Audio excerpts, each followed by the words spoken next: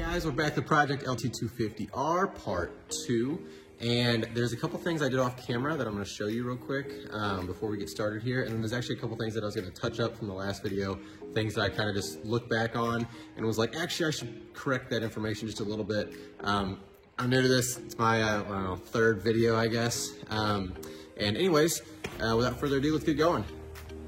So overall, the bike's pretty much unchanged from the last time that you guys had seen it. Really, the only thing I did was I buttoned up some of the wiring. I just figured you guys wouldn't want to watch that. The diagram for wiring is posted above. I want to make sure you guys do know how to do that.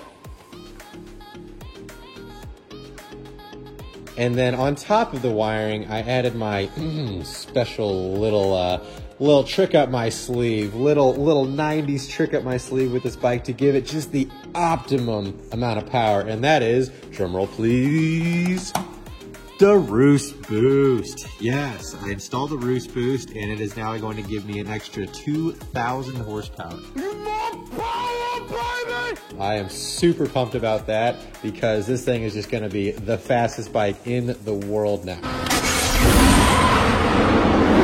One thing I was going to tell you guys is an order of operations, little point is don't forget to put your sprocket on before you put your axle nuts on.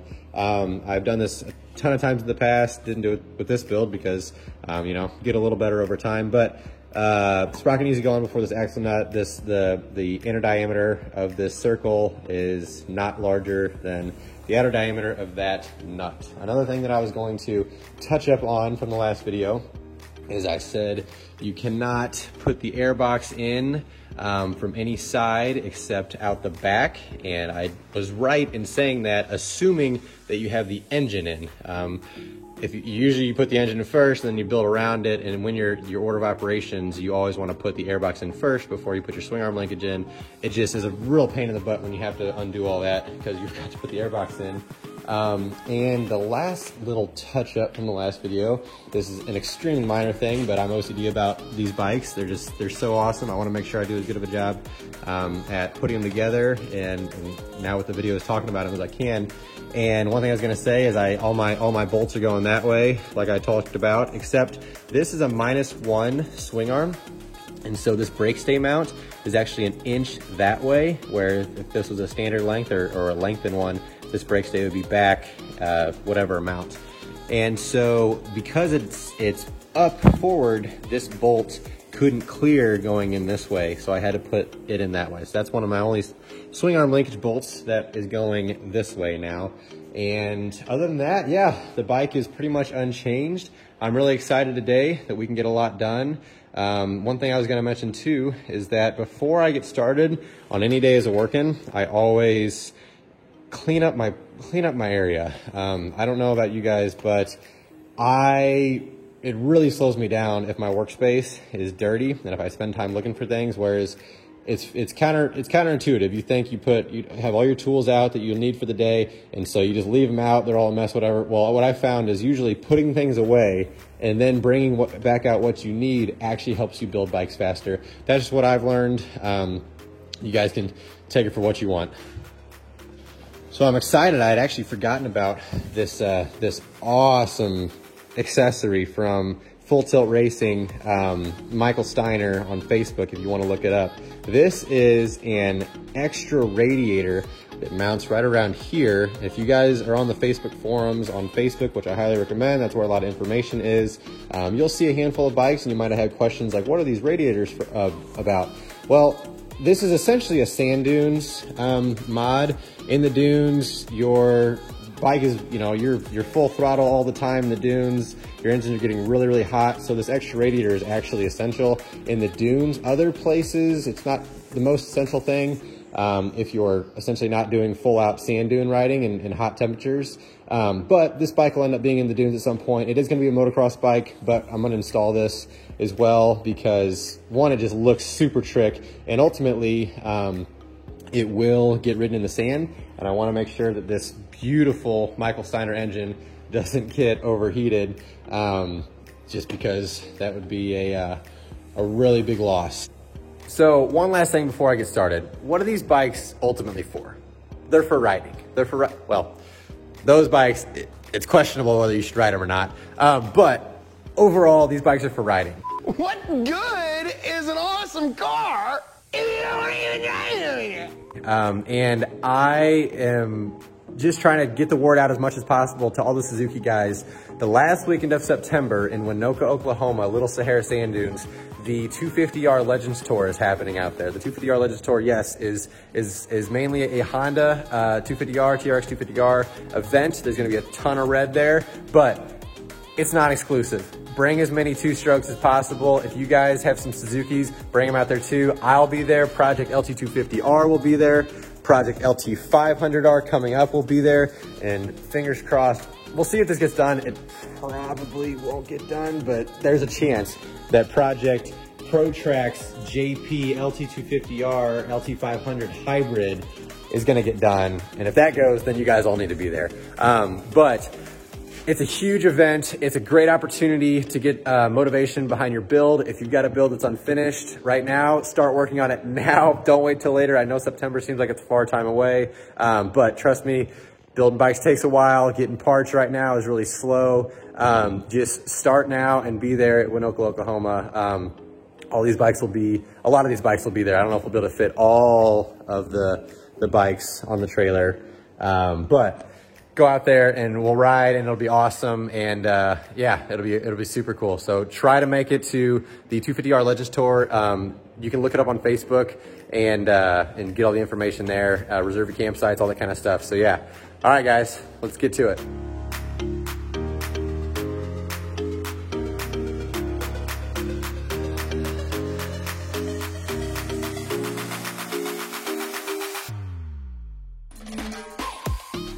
I should have anticipated this, but to install the Steiner radiator, I have to use this down bar right here. So I'm gonna have to flip my shocks around, and to install my Duncan bumper, it is gonna go about there. So I probably have to mount these remote reservoirs on the bottom side of the front of the frame, as opposed to up here. I'll probably have to go down on this side. So I gotta flip my shocks around to install the Steiner radiator, but small price to pay for all the extra benefits.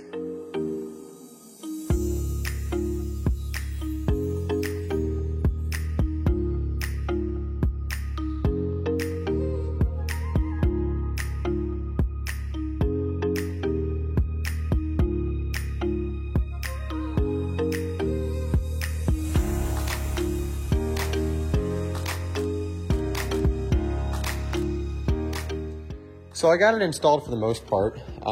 When I had this frame stripped down, there were some gussets that we put in place here and a couple other spots, just kind of for the heck of it. And coincidentally, they're kind of in the way here with the mount. So it's my fault that this upper mount is just gonna need some longer bolts.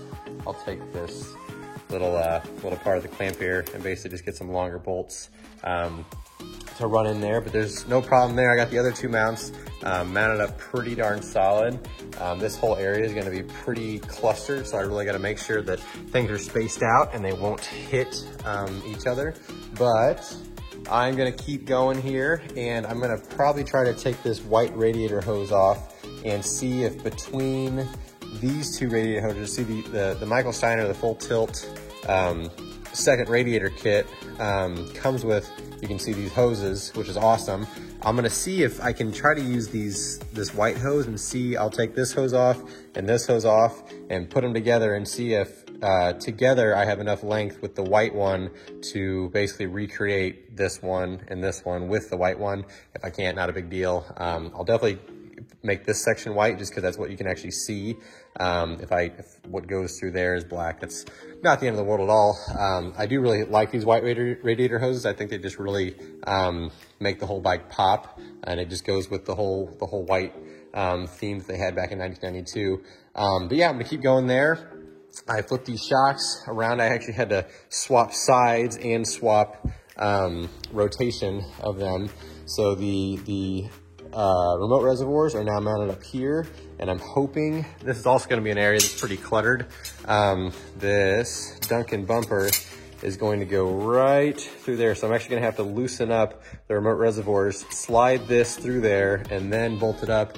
And hopefully, I won't be scratching up the frame too terrible. But yeah, I'm gonna keep going on this bike, and we'll see how far we can get today. I've only got about 30 more minutes to work before I gotta hang it up for the day. So we'll see how far we can get.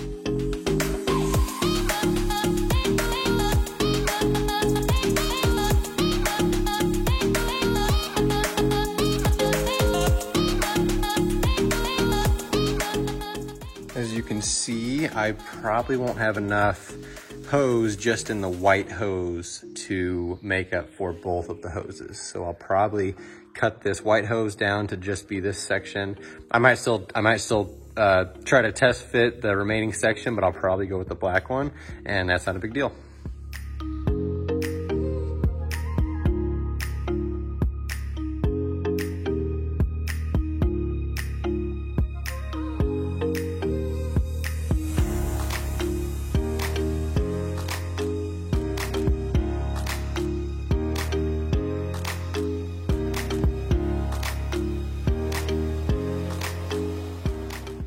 I just got it installed, and believe it or not, the white hose might barely have enough length. I say might because it's got a pretty sharp little bend here, and I want to make sure it's not kinked technically, but I want to make sure that when I finally fire this thing, I will double check just to make sure that the coolant is for sure flowing through there.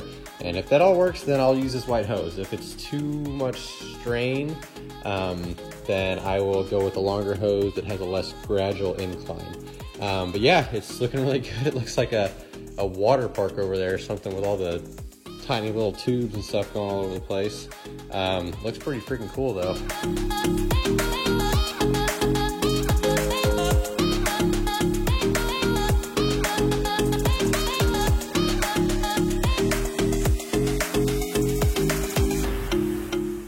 I found one more little hiccup.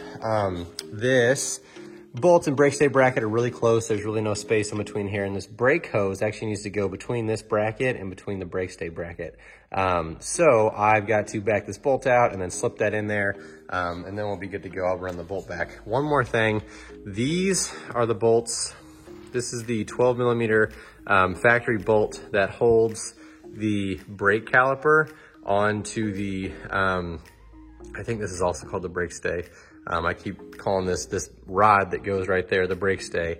But this is also, as far as I can remember, a brake stay. It just goes around the carrier. But these bolts, it's really important to probably just go ahead and order the OEM bolts, because there is a pretty tight tolerance. There's probably only 1/8 of an inch, or maybe, I don't know, 3/16 right here between this bolt. This is the threaded part.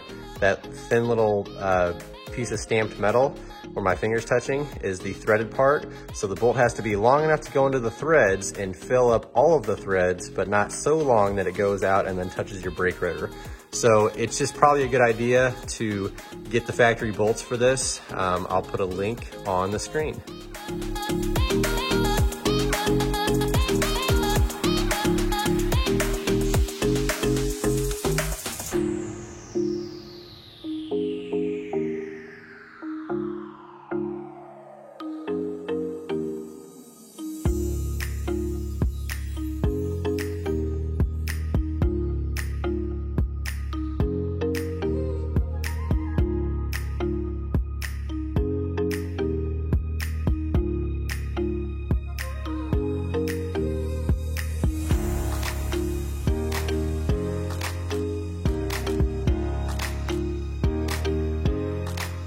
All right, guys, unfortunately, that is it for part 2 of Project LT250R. I know you guys are probably dying to hear this thing run. I am too, but this thing is just really looking awesome. This radiator really sets it off. I just am in love with the look of this thing, all the tube work, and paired with the Michael Steiner motor, I mean, shoot.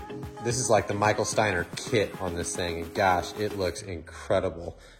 This radiator is super awesome. It's honestly, it's gonna be really handy too in the sand dunes because we got this roost boost, and we're gonna have a 2050 horsepower LT250R. We're gonna need all the extra cooling we can get. So that's super awesome.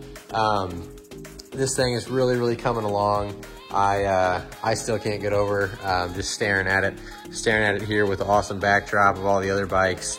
It's just really something to see. This thing is really coming along. I'm really stoked about it. Pretty soon here, I didn't put the fenders on yet because I got to finish up like some little things like this mounting, and I got to finish up a couple other things, and I was like, well, the fenders are going to get in my way, so I'm going to hold up for now, and I got to wait a couple days to get a couple little parts, and then we are good to go. One thing I was gonna say is I'm flying through this build, and I'm speeding so fast that I'm actually forgetting to do a couple things. I have to go back and redo them, but just know every single bolt that you see in this machine is all greased, and all the bolts that are need to have Loctite on them have Loctite on them. For example, the Kickstarter bolt needs to have Loctite on it. Everything on this bike is greased and ready to go. I'm flying through things. I've got a bucket of grease here that I'll dip bolts in as I go, and that's the way that I do things. There's probably a better way to do it, but anyways, that is a wrap for part 2 of Project LT250R. I hope you guys are enjoying, and until next time, thanks for watching.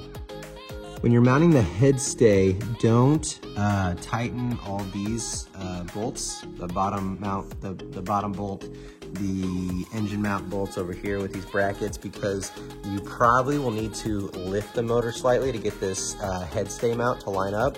Just know that you'll end up having to undo all these bolts and tighten them up if you have already tightened them and you're trying to install the head stay.